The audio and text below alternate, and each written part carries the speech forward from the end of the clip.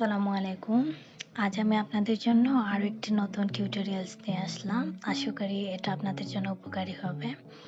তো আজ আমি মাই কার্ট পেজ ডিজাইন করব, যেটা সাধারণত ই-কমার্স আ ওয়েবসাইটে থাকে। তো এর জন্য প্রথমে আমার যতগুলো এরো বাটন বা বাটন লাগবে সবগুলো আমি নিয়ে নিচ্ছি। তো তারপর এটাকে হোয়াইট কালার করে দিলাম সবগুলোকে একসাথে করে। তারপর এই তো পেজের নাম সহকারে আমি টপ বারটা আমি সেট করে দিচ্ছি। এখানে এরো বাটনটা আছে অন্য পেজে যাওয়ার জন্য। তারপর আমি একটা প্রোডাক্ট কার্ড বানাবো। তো প্রোডাক্ট কার্ডের জন্য প্রথমে আমাদের পিকচার লাগবে। পিকচারের জন্য একটা ফ্রেম সিলেক্ট করে নিলাম। তারপর আমি নামটা দিলাম, ডিলিট বাটনটা দিলাম, কারণ ইউজার অনেক সময় চায় যে প্রোডাক্ট বাদ দিতে পারচেজ করার আগে, এই জন্য। তারপর ডিটেলসের একটু দিলাম। তারপর এই যে প্রাইসটা লিখে এই যে প্লাস মাইনাস বাটনটা দিলাম। এটা খুব ইম্পর্টেন্ট এই পেজের জন্য, কারণ কেউ যদি চায় যে প্রোডাক্টটা বাড়াতে আর 2-3টা প্রোডাক্ট নিতে, তাহলে সে এখানে ক্লিক করে পারবে, আবার কমাতে চাইলে তাও পারবে। তো আমি এখানের কালারগুলো সেট করে নিলাম এবং সাইজটা একটু বড় হয়ে গেছে, তাই আমি ছোট করে নিলাম।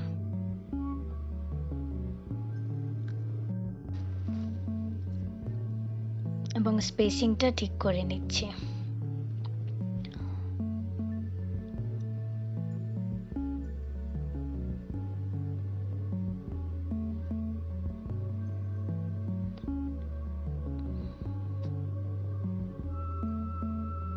সবগুলো স্পেসিং আমি ঠিকঠাক দিয়ে একটা কার্ডের একটা ব্যাকগ্রাউন্ড কালার দিয়ে দিলাম।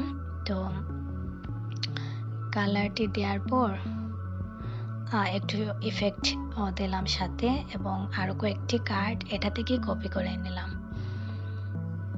এখানে একই কার্ড থেকে এই নাম, ডিটেলস, প্রাইস এগুলো চেঞ্জ করে দিলেই হবে। তো আমি আপাতত এগুলো চেঞ্জ করতেছি না, শুধু পিকচারটা চেঞ্জ করব একটু পর।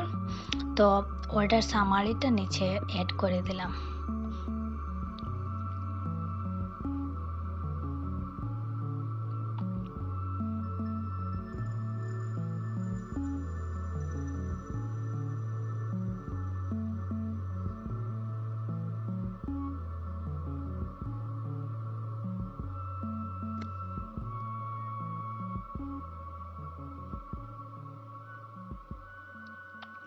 তারপর স্পেসিংগুলো আমি ঠিক করে দিচ্ছি এবং এরপর ব্যাকগ্রাউন্ড কালার দিয়ে দিলাম, উপরেরটার মতো সেম কালার দিলাম। তারপর একটু ইফেক্ট দিলাম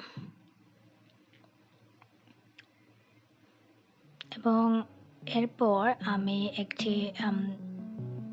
বাটন দিচ্ছি, যে চেকআউট বাটন। তো চেকআউট বাটনটি এটার ভিতর আমি ঢুকিয়ে দিলাম অটো লেআউটের মধ্যে। এখানে কার্ট বাটনটা একটু বড় হয়ে গেছে, তাই আমি এটাকে একটু ছোট করে দিচ্ছি। তারপর এই তো এখন আমি আপনাদের একটা গুরুত্বপূর্ণ জিনিস দেখাবো, তা হচ্ছে এই যে এখানে 1 to 1 প্লাস মাইনাসের আইকনগুলো আছে, বা এটা হচ্ছে কোয়ান্টিটি। একটা প্রোডাক্ট যদি বাড়াতে চায়, একই প্রোডাক্ট সে 2টা-3টা কিনতে চায়, তাহলে এই বাটনটা প্রয়োজন পড়ে, যে প্লাসে ক্লিক করে সে বাড়াবে আর মাইনাসে ক্লিক করে সে কমাবে।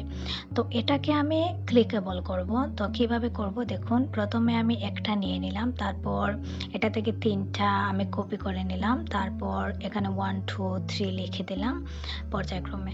তারপর আমি সবগুলোকে কম্পোনেন্ট করে ফেলবো একটা একটা করে।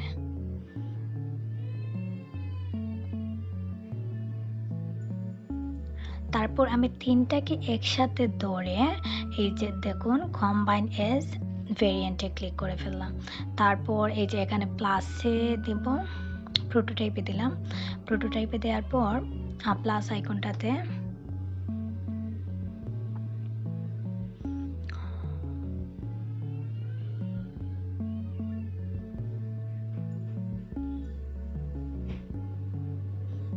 প্লাস আইকন থেকে আমি এই যে টুর যে পুরোটাই আছে ওইটাতে আমি দিয়ে দিব। তারপর পরের প্লাস আইকন থেকে 3 পুরো বক্সে আমি দিয়ে দিলাম, আর 1 ট্যাপ আছে সবগুলোতে।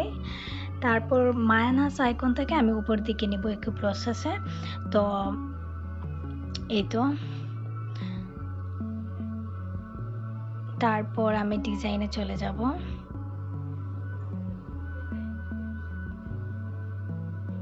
ডিজাইনে যাওয়ার পর এই এখান থেকে আমি কম্পোনেন্টটা নিয়ে আমি বসিয়ে দিব আমার ডিজাইনের মধ্যে। এটা আমি শুরুতেই করিনি, প্রথমে ডিজাইনটা কমপ্লিট করে তারপর করলাম, কিন্তু এটা আপনাদের ডিজাইনের জন্য ইজি হবে যে প্রথমে এটা করে নেওয়া, তাহলে এই যে বারবার বসাতে হবে না।